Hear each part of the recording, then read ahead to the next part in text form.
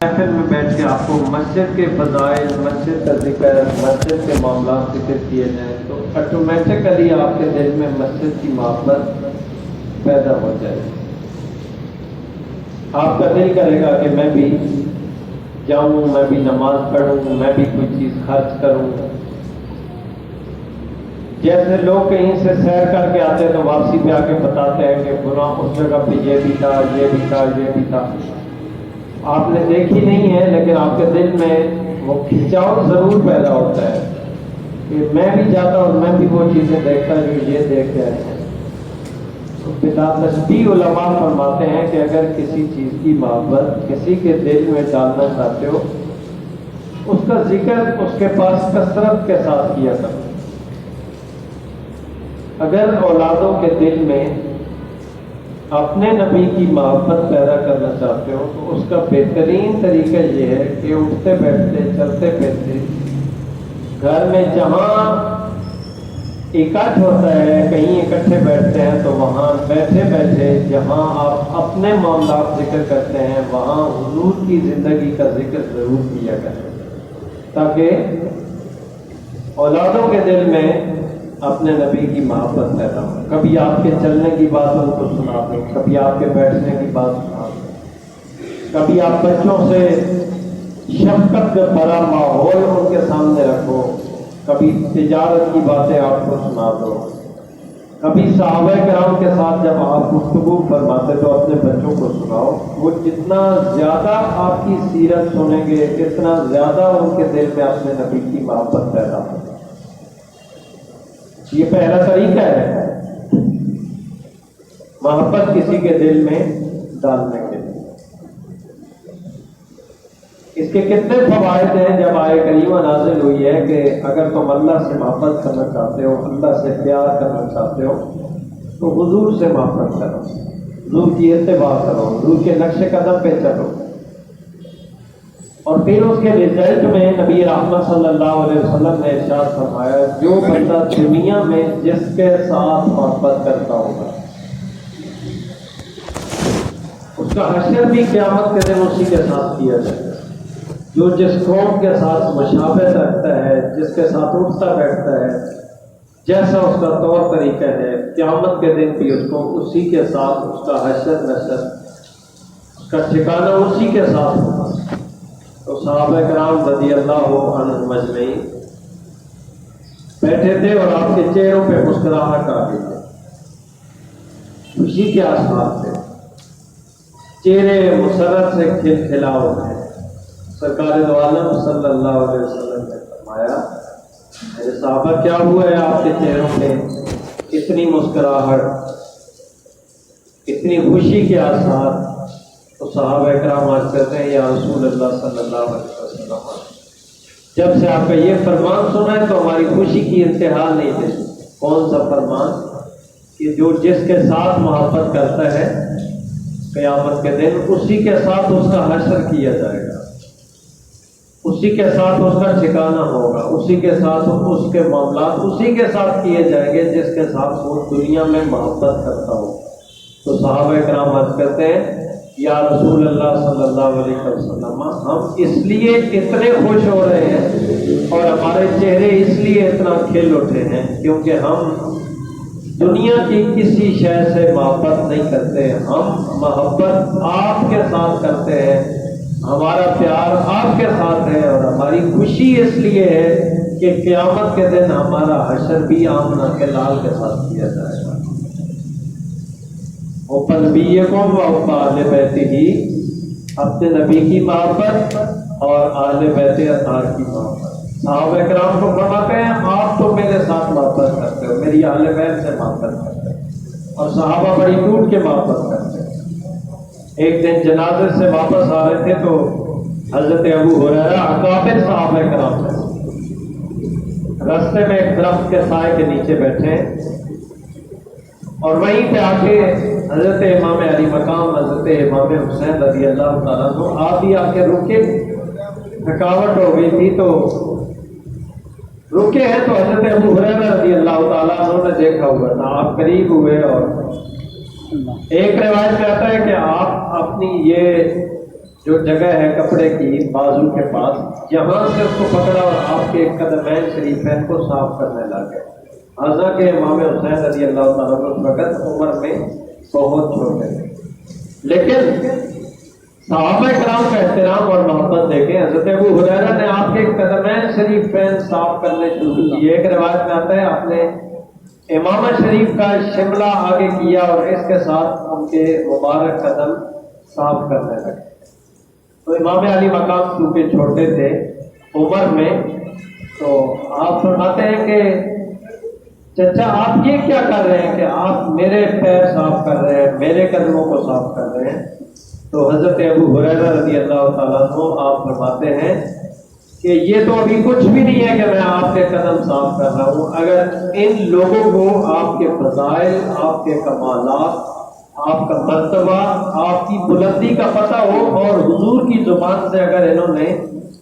یہ فضائل اور یہ مراتب آپ کے سن رکھے ہوتے تو یہ آپ کے قدم زمین پہ لگنے ہی نہ دیتے، ہمیشہ آپ کو کندھوں پہ اٹھا کے سوار کرتے۔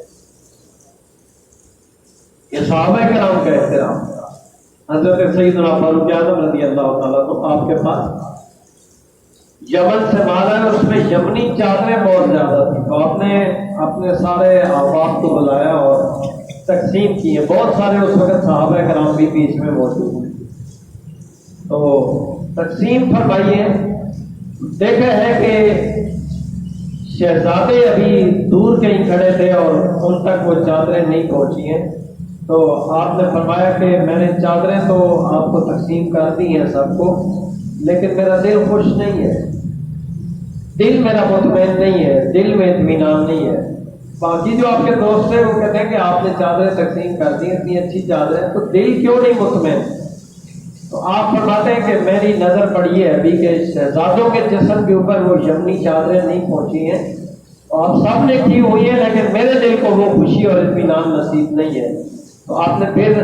حاکم یمن کو خط لکھا ہے کہ دوبارہ سے چادریں اچھی بھجواؤ۔ دوبارہ سے چادریں آئیں، آپ نے شہزادوں کو دی ہیں، اور پھر فرماتے ہیں کہ اب میرا دل مطمئن ہو گیا ہے، اب میرے دل کو خوشی ہو رہی ہے۔ پہلے مطمئن نہیں تھا کیونکہ شہزادوں کے جسم پہ وہ چادریں نہیں تھی، اب دل خوش ہو گیا ہے کہ حضور کے شہزادوں کے جسم کے اوپر بھی وہ اپنی چادریں آ چکی ہیں۔ یہ صحابہ کرام کی محبت تھی اہل بیت اطہار سے۔ حضرت سیدنا عمر فاروق رضی اللہ تعالیٰ عنہ، حضرت عثمان غنی رضی اللہ تعالیٰ، ہر دو صحابی سواری پہ سوار ہیں اور راستے میں جا رہے ہیں، اچانک دیکھے ہیں تو سامنے سے حضور کے چچا جانی حضرت عباس رضی اللہ تعالیٰ کو آپ راستے میں آ رہے ہیں۔ جو ہی صحابہ کرام نے دیکھا ہے کہ حضور کے چچا جانی آ رہے ہیں تو فوراً اپنی سواریوں سے نیچے اتر کے کھڑے ہو گئے اور ہاتھ باندھ دیے احتراماً۔ حضرت عباس رضی اللہ تعالیٰ کو قریب آتے ہیں، پوچھتے ہیں کہ کیا وجہ بنی ہے، آپ کہیں جا رہے تھے، آپ اپنا سفر جاری رکھتے، کیا ضرورت پڑی تھی کہ آپ نے سواری کو روک لیا ہے، نیچے اتر گئے ہو، ہاتھ باندھ دیے ہیں؟ تو حضرت سیدنا عمر اور حضرت عثمان غنی عرض کرتے ہیں کہ ہم اپنی مرضی سے نہیں اتر آئے ہیں، ہم نے آپ کو دیکھا ہے، آپ کے چہرے پہ نظر پڑی ہے کہ حضور کے چچا حضرت عباس آ رہے ہیں، تو ہم سواری سے نیچے بھی اتر آئے، ہاتھ بھی باندھ دیجیے، اس وجہ سے کیونکہ ہمیں بارگاہ رسالت مآب صلی اللہ علیہ وسلم سے یوں ہی اہل بیت اطہار کا احترام اور ادب کرنے کا سبق دیا جاتا ہے۔ لوگ اپنی مرضی سے من گھڑت قصے کہانیاں سنا کے چلے جاتے ہیں جن میں اہل بیت اطہار اور ان کی آپس میں دشمنیاں سنا کے چلے جاتے ہیں، نہیں تو حقیقت میں اگر ان کی ہسٹریاں اور ان کی زندگی پڑھی جائے تو بندہ اشش کر اٹھتا ہے کہ اتنی محبت صحابہ کرام اور اہل بیت اطہار کے دلوں میں موجود تھی کہ وہ ایک دوسرے کے بغیر کہیں اٹھتے بیٹھتے نہیں تھے، ایک دوسرے کے بغیر رہتے نہیں تھے، ان کی زندگی کا ایک ایک لمحہ ایک دوسرے کے بغیر نہیں گزرتا تھا۔ تو یہ پتہ نہیں ہمیں کون سناتا ہے اور کہاں پڑھ کے سناتا ہے، ان کی آپس میں بہت زیادہ محبت تھی۔ اور نبی رحمت صلی اللہ علیہ وسلم کا یہ ارشاد کہ دو چیزیں ادبوا اولادکم علی ثلاث خصال حب نبیکم و حب اہل بیتہ، ایک آپ نے نبی سے محبت اپنی اولاد کو سکھاؤ اور دوسرا اہل بیت اطہار کی محبت سکھاؤ۔ تیسری بات وتلاوت القرآن، اور قرآن کی تلاوت اپنی اولادوں کو سکھاؤ۔ آج کے اس موسم میں، آج کے اس دور میں بہت زیادہ ضرورت ہے کہ ہم قرآن کریم کی طرف اپنا رجوع کریں، بہت زیادہ ضرورت ہے۔ صبح سے لے کے شام تک ہم وہ قوم ہیں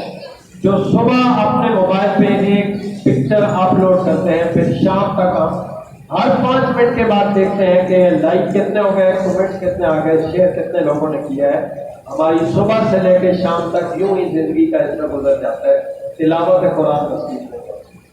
ہوٹل پہ بیٹھ کے دوستوں کے ساتھ گپ شپ گزارتے ہوئے ہماری زندگی کا حصہ گزر جاتا ہے، تلاوت قرآن نصیب نہیں ہوتی۔ حضور کا فرمان 3 حصے، اپنے نبی سے محبت، اپنے نبی کے اہل بیت سے محبت اور تلاوت قرآن، یہ اپنی نسلوں کو سکھاؤ۔ اور یہ آج ہماری ذمہ داری ہے۔ اگر ہم نے یہ ذمہ داری نبھائی ہوتی، والدین کے طور پہ، ذمہ دار کے طور پہ، سرپرست کے طور پہ، ہم نے اپنی اولادوں کو اپنے نبی سے محبت سکھائی ہوتی، اپنی اولادوں کو حضور کی سیرت کے تذکرے سنائے ہوتے، اہل بیت اطہار کی سیرت سنائی ہوتی، تلاوت قرآن سکھائی ہوتی، تو آج ہماری عدالتوں میں یوں نبی رحمت صلی اللہ علیہ وسلم کی ختم نبوت پہ یوں ڈاکہ نہ ڈالا جاتا، یوں ہمارے جج اس طرح کے غلط اور گندے اور غلیظ فیصلے نہ کرتے اگر ہماری نسلوں کو ہم نے یہ دین کا پیغام پہنچایا ہوتا۔ آپ نے 2 دن پہلے سنا ہے جو فیصلہ ہوا ہے قادیانیوں کے حوالے سے، کتنا ان کو ریلیکس دیا گیا، کتنی ان کے لیے شکیں نکالی گئی ہیں، کتنی ان کے لیے آسانیاں دی گئی ہیں۔ تو یہ وہ گروہ ہے جو قرآن کریم کے حوالے سے، شریعت کے حوالے سے بھی کافر ہے، اور ہمارے پاکستان کے آئین کے مطابق بھی قادیانیوں کو کیا قرار دے دیا گیا ہے؟ کافر۔ ہم بجلی، گیس، ساری چیزیں آپ دیکھیں۔ آج ابھی میں مدرسے سے آ رہا ہوں تو میں نے دیکھا ہے 250 پہ بل پڑے تھے، اور یقین کریں کوئی حل نہیں تھا کہ ہم جمع کروا سکیں۔ اور آپ لوگ بالکل عینی اس کے شاہد ہیں کہ آپ نے یقیناً گھروں میں بل رکھے ہوں گے، کسی نے سونا بیچ دیا، کسی نے اپنے جانور بیچ دیے، کسی نے کیا بیچ دیا، بجلی کا بل جمع کر۔ لیکن کوئی بات نہیں، زندگی یہ گزر جائے گی، جمع کروائیں گے، نہیں کروائیں گے، کاٹ لیں گے، وہ جو کچھ ہوتا ہے ہوتا رہے گا، برداشت کر رہے ہیں، کرتے آ رہے ہیں، روز اس معاملے میں ہمارا احتجاج ہمارے ساتھ ہے۔ لیکن ایک بات پلے باندھ دیں اور دل میں اس کو جگہ دیں، ہر چیز ہم برداشت کریں گے، لیکن حضور کی ختم نبوت پہ ہم کوئی بھی ایسا غلط داغ، غلط حرف، کوئی غلط نشانہ ہم برداشت کبھی بھی، اونچا بولے کبھی بھی، اور اونچا بولے کبھی بھی نہیں کریں گے۔ ہم یہ ساری چیزیں برداشت کر رہے ہیں، ہمیں پانی کے مسائل ہیں، ہمیں گیس کے مسائل ہیں، ہمیں بجلی کے مسائل ہیں، ہماری جیبوں سے ہر چیز پہ ڈاکہ ڈال کے ہماری جیبیں خالی کر دی گئی ہیں، لیکن ہم برداشت کر رہے ہیں، کر لیں گے، کرتے رہیں گے۔ ایک بات بالکل پلے باندھ دیں، ہر چیز برداشت کریں گے، لیکن نبی رحمت صلی اللہ علیہ وسلم کے دین پہ کوئی حرف آیا تو برداشت نہیں کریں گے، چاہے وہ کوئی اقتدار کی کرسی پہ بیٹھا ہے، چاہے وہ عدالت کی کرسی پہ بیٹھا، جہاں مرضی ہے ہم ایسی کرسیوں کو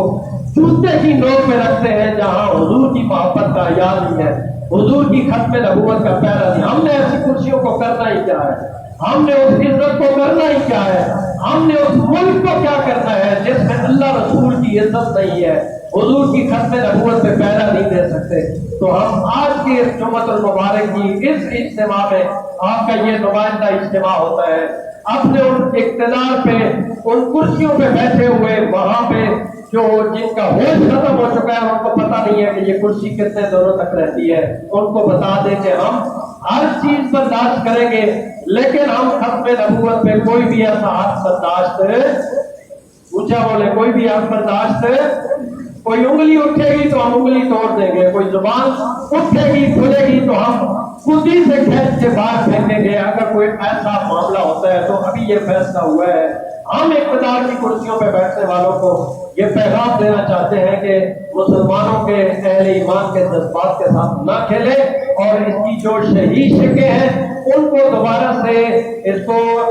کیس کو دوبارہ سے سامنے رکھا جائے، اور قادیانیوں کو کسی طرح کا کوئی ریلیکس، کوئی اس قسم کا ماحول نہ دیا جائے جس سے مسلمانوں کے دل کی آزاری ہو۔ آج دار ختم نبوت جا کے یہی تو ایک بات ہے جس سے ہماری زندگی ہے۔ دیکھیں میری تقریباً 40 کے قریب پہنچی، اور آپ سارے تقریباً اس سے بڑے ہیں، کچھ بچے بیٹھے ہیں، تو گزر جائے گی، آج یہ تو کل ختم ہو جائے گی۔